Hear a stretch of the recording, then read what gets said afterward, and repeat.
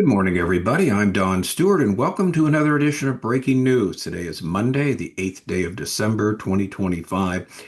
And as we begin a new week, as always, we have a number of important stories to bring to you. So let's get right to them. First of all, an extremely important editorial from the Jerusalem Post leads the headlines. Israel must refuse phase two of Trump's Gaza plan until Hamas is fully disarmed. Could not agree more with this editorial, so we'll talk about that. Then we find out from YNET, Qatar, Turkey are trying to dissuade Hamas from disarming as phase two of the ceasefire is still under discussion.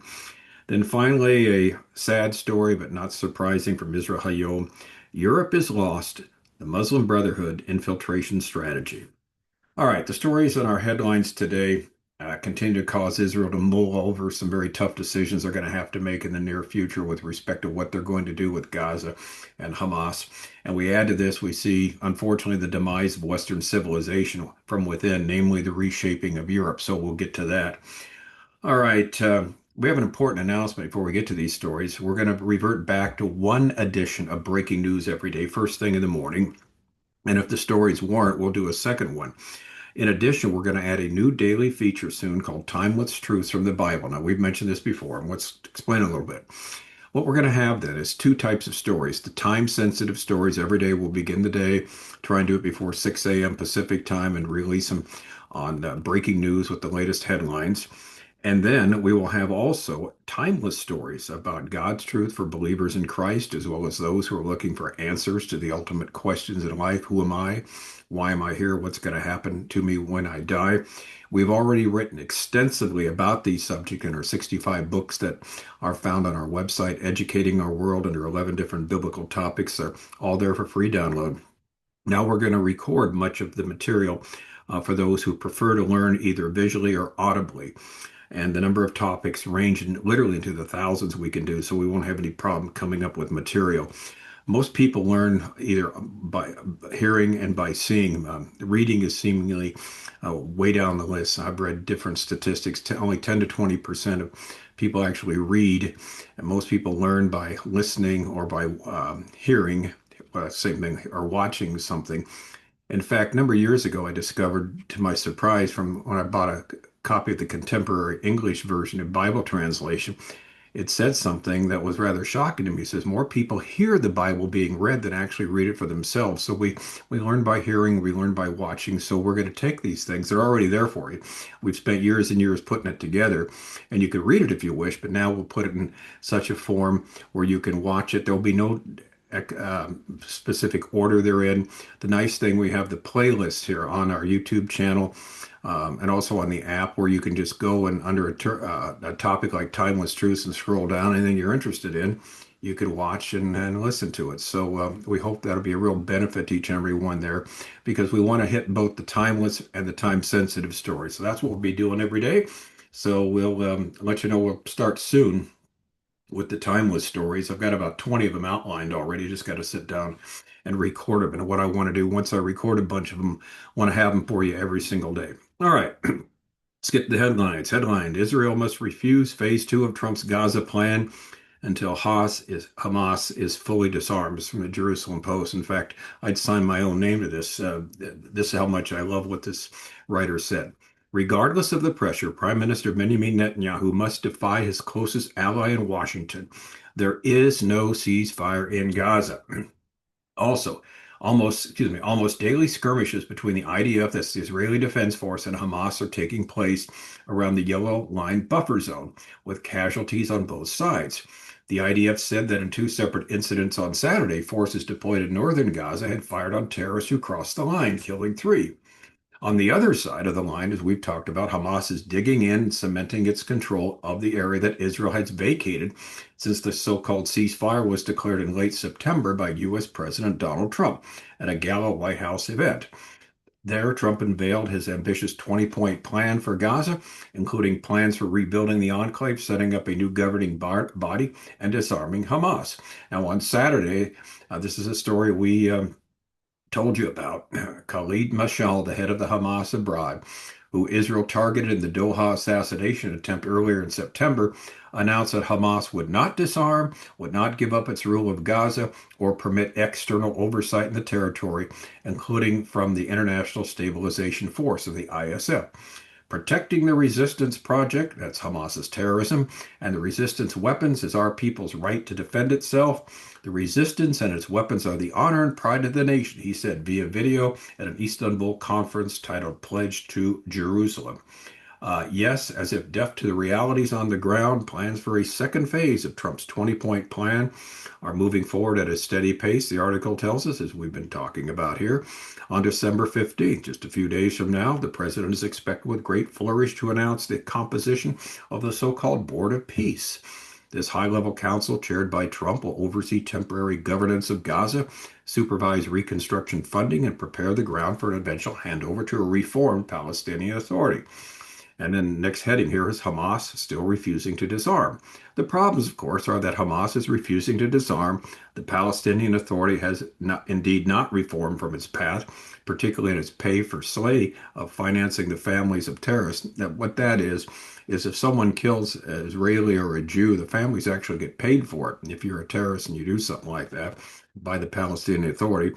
And as the story says, as pointed out last week, Hamas is still holding on to the body of slain policeman Ron Gavili. Trump is banking on all of the parties being on board, including the immediate surrounding countries, the states making up the International Stabilization Force, and of course, Israel. Now, here's the problem. The pressure on Israel is already beginning to mount. Qatar Prime Minister Al-Thani agreed that there's really no ceasefire in Gaza and put the onus on Israel. He said a ceasefire cannot be completed until there's a full withdrawal of the Israeli forces, until there is stability back in Gaza. People can go in and out, which is not the case today. He said on Saturday at the Doha Forum. Saudi Minister Manal Radwan said at the same forum, it's not the Palestinian Authority, but Israel that needs reform. I mean, these people are so ignorant with respect to reality. He goes on to say, we have an Israeli government that opposes the two-state solution. Well, they've had the two-state solution in Gaza since 2005. And how'd that work out for you? We have an Israeli government that has officials continuously inciting against Palestinians, against Arabs, against Muslims, and Radwan. This is a Saudi leader here saying this. We don't see that we have a partner for peace, not even a partner for a sustainable ceasefire. So that is the actual important reform we are hoping to see. And so the article goes on to say the question now is whether Trump will stick to the 20-point plan and insist on the disarmament of Hamas, and this is the real key question, or if he will join his ISF partners like Turkish Foreign Minister Fidan, who told the forum that disarming Hamas only needs to take place once there is a governance body set up in Gaza. In other words, if you set up the governance body first, then you disarm Hamas. That's why Israel's more vigilant than ever and demands Hamas be disarmed at the outset of phase 2 of the ceasefire. Well, they must be more vigilant and demand this. The pressure from the Arab partners on the deal was one thing, but with Trump intent on seeing his deal work, he's likely to join in on the pressure of Israel to compromise. And the article says this is something we cannot do. Others may see the rebuilding of Gaza and peace trophy in the Middle East as the most urgent items of the times. And here's the key takeaway sentence. For Israel, however, the safeguarding of its borders and removing the Hamas threat once and for all is the overarching goal.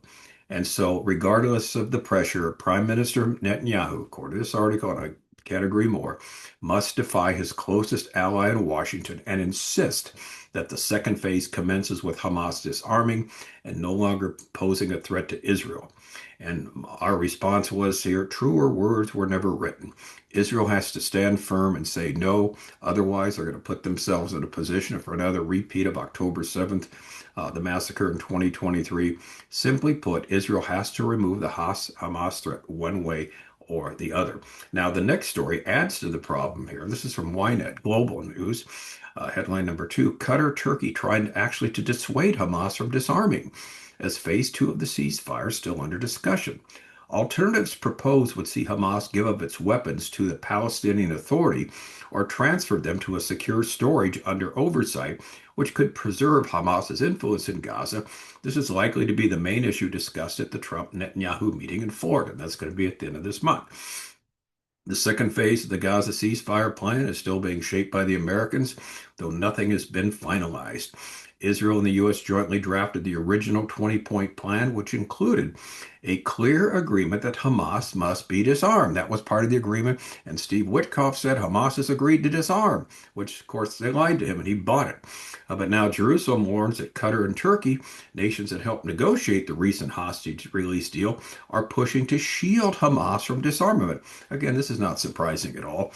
According to Israeli officials, Qatar and Turkey are now working to extract Hamas from the requirement to disarm. They're reportedly offering alternatives. Either Hamas gives up its weapons to the Palestinian Authority, the PA, or its weapons are transferred to some kind of secure storage under oversight. Behind both proposals lies the aim of preserving Hamas's influence in Gaza. Israel insists, however, Hamas must remain weapon free. And again, it looks like it's going to be resolved in person when when Netanyahu goes to meet Trump at the end of the month, at December 28th through January 1st. He'll have several meetings with President Trump, Vice President Vance, and Secretary of Defense Hegseth, Secretary of State Rubio, and Secretary of State Hegseth, President Trump. So Netanyahu is going to go and visit Washington, D.C. on the 28th. And as the article says, we've nearly completed phase one. We only have the last hostage to bring home, Netanyahu said on Sunday at a joint press conference with the German Chancellor Friedrich Merz. At a separate event, he noted, we know there are certain tasks this force can do, but not everything. Perhaps not even the main tasks, meaning the main one, disarmament and demilitarization of Hamas.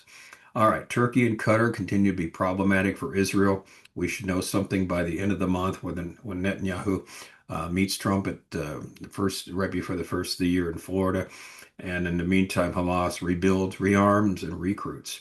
Now, the next story is we're going to move along to something else that's very important with respect to last day's Bible prophecy. Europe.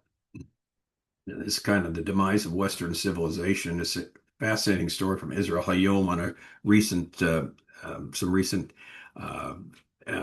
account that's come out, I think it's what it is. There's a group that's done this extensive research on it. And the article is very long. It's from Israel HaYom. We're just hit the headlines, but I think you're going to get the point. The headline is Europe is lost, Muslim Brotherhood infiltration strategy. Europe is funding, sometimes unknowingly from taxpayers' coffers, organizations linked to the Muslim Brotherhood. And these organizations are advancing a subversive ideology aimed at changing the continent's face from within. European taxpayers are unknowingly funding their own own subversion. A bombshell new report reveals how the Muslim Brotherhood has mastered the art of infiltration, securing tens of millions of euros from EU institutions while pursuing an agenda to replace secular democracy with Islamic theocracy. So, secular democracy, which guides Europe now it will be replaced with Islamic theocracy.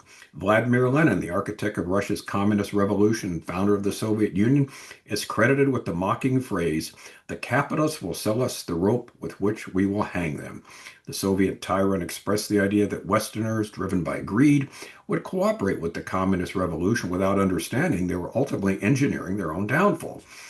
If Lenin, who died in 1924, were resurrected today and landed this week in the European Parliament corridors during the presentation of the new report on the Muslim Brotherhood's infiltration into Europe, he would have no choice but to update his prophecy. Greed has given way to blindness. Westerners no longer sell their enemies the rope. They finance it with their own money and cheerfully offer their necks to an enemy plotting their downfall. Except now the enemy is cloaked in green. The comprehensive report submitted to the EU institutions was compiled by Dr. Florence Bergard-Blachler and Dr. Tommaso Virgili, two respected researchers on Islamism in Europe.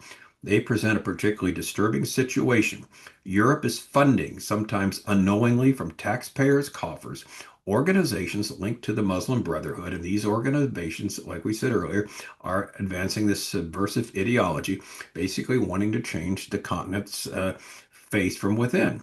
The organizational structure of the Muslim Brotherhood in Europe is a maze, notes Charles Weimers, a Swedish member of the European Parliament and the initiator of this report. hinting that only a few are capable and willing to delve into its depths. In other words, a lot of people, no one's really looked into this in great detail.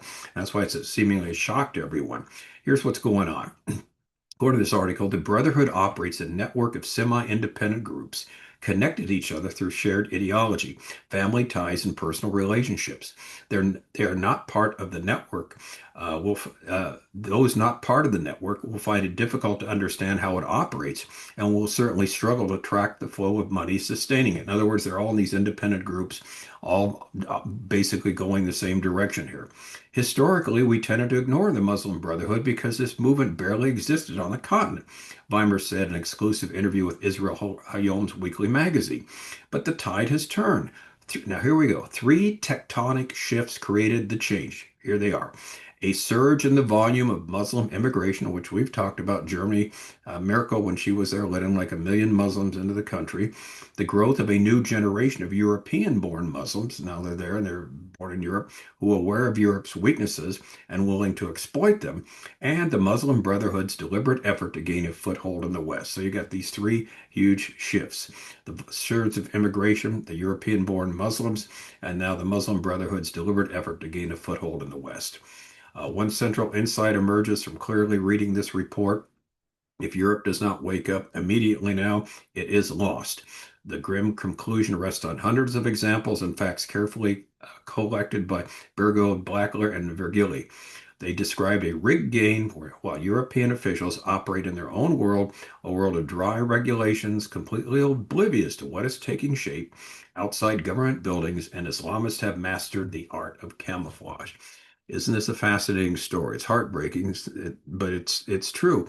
Western civilization is falling apart here in the U.S. and in Europe from within, and that was one of the things like we've talked about here on breaking news that we were worried about or we're concerned about because, well, Scripture actually does predict this. The United States is not a player in last days Bible prophecy. Europe will be easily taken over in the future by the final Antichrist and his cohort, the false prophet. There'll be the need for a leader who will guide them out of the maze of all these problems, and the stage is being set for all of that. So sad that we see this sort of thing, but not surprising. So the demise of Western civilization is right in front of our eyes in both the U.S. and in Europe. And at the same time, Israel is being backed into a corner again to probably have to make compromises to the evil Hamas terrorist group, the murderous group, who, again, their only goal is the destruction of the state of Israel. I'm Don Stewart. Thanks for watching. Again, we're only doing this one edition of Breaking News today unless something comes up. And soon, like we said, we'll have the timeless truths from the Bible ready for you each day. Until then, as always, may the Lord richly, richly bless.